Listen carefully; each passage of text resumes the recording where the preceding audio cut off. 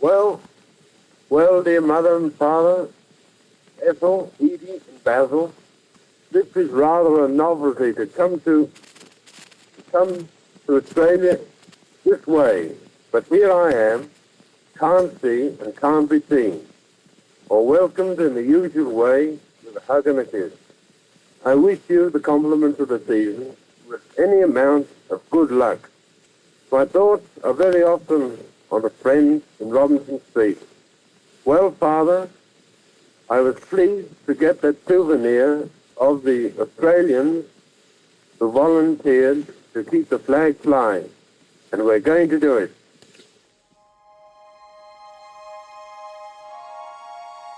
In this scratchy recording made in Cairo, we hear the voice of Lance Corporal Henry Lanser speaking to his family and friends at home. It was a rare moment of connection, allowing his family to hear his voice from the other side of the world. Henry was with the Australian Imperial Force training in Egypt.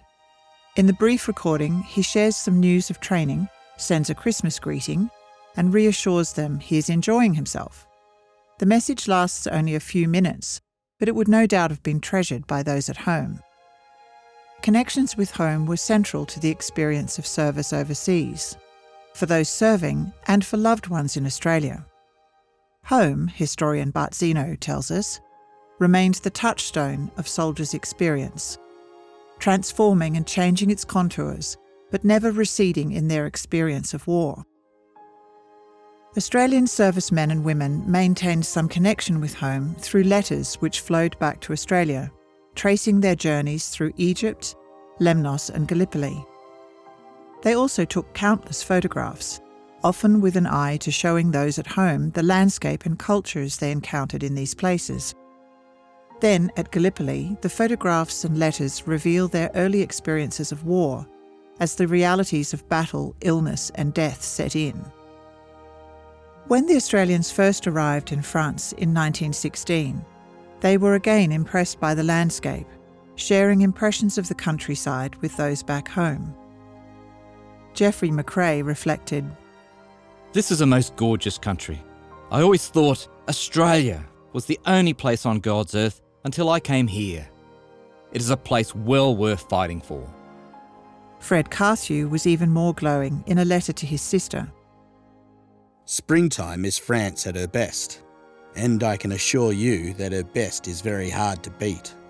The whole place is like a beautifully laid out park, with its green fields, orchards and vineyards, hedges and beautiful old slate-roofed houses that age seem to have given a charm and a softness unknown to our two new and two modern homes of Australia." Postcards offered people at home a glimpse of the landscape in which their loved ones served. They also offered reassurance of well-being and a reminder that thoughts of home were never far from the minds of the men and women serving. But not all news from the front was reassuring. Despite the censor's pen, soldiers and nurses also wrote of the harrowing nature of their experiences. Conveying these stories through letters or diaries was one way that those serving could begin to come to terms with their experience. One soldier wrote, "God, the whole chaos is too terrific for my pencil. It has been the most ominous time in our lives. We have been playing Tig with death for 7 days and nights. It has been too terrible, too fiendish. God, I have seen the most gruesome sights, the most awful, tragic scenes it has been my cruel lot to witness. However, take it from me, none of mine will ever tackle this job again. If men refuse to fight all the world over, war will cease." Under the pressure of battle and life on the front line, news from home was keenly anticipated.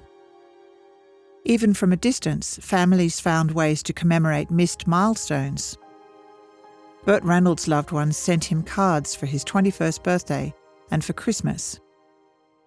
Postcards and photographs also gave a glimpse into how life had changed at home.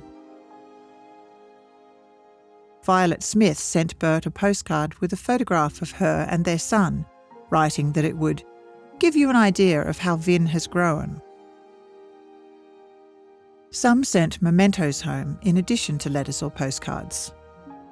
Jack Buttsworth sent a brooch and other gifts home to his fiancée Millicent. Jack was mortally wounded in April 1918, and Millicent never married.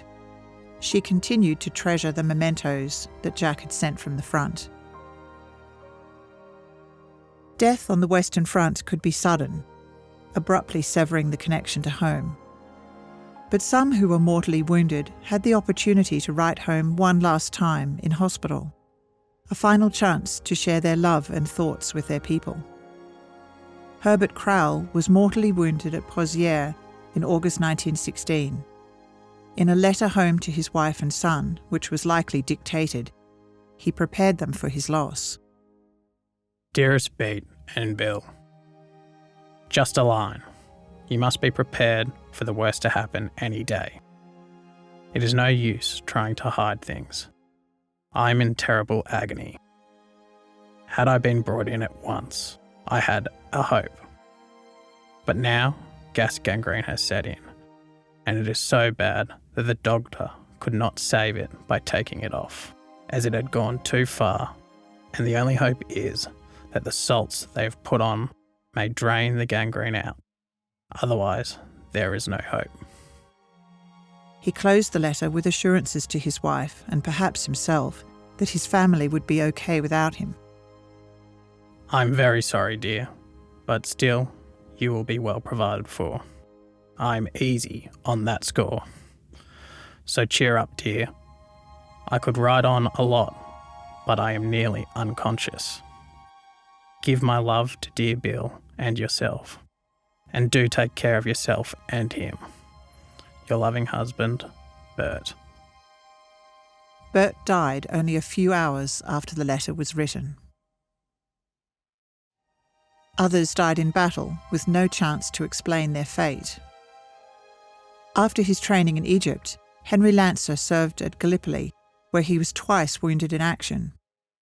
He recovered from his second wound on the island of Lemnos and rejoined his unit in Egypt in early 1916 for service on the Western Front. On the 5th of November 1916, he was killed in action.